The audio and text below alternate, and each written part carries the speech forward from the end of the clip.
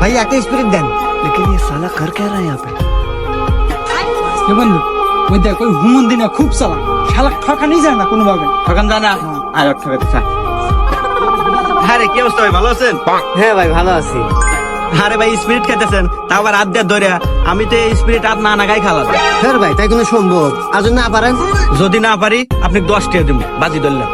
নেন বাজে কিরম পারে।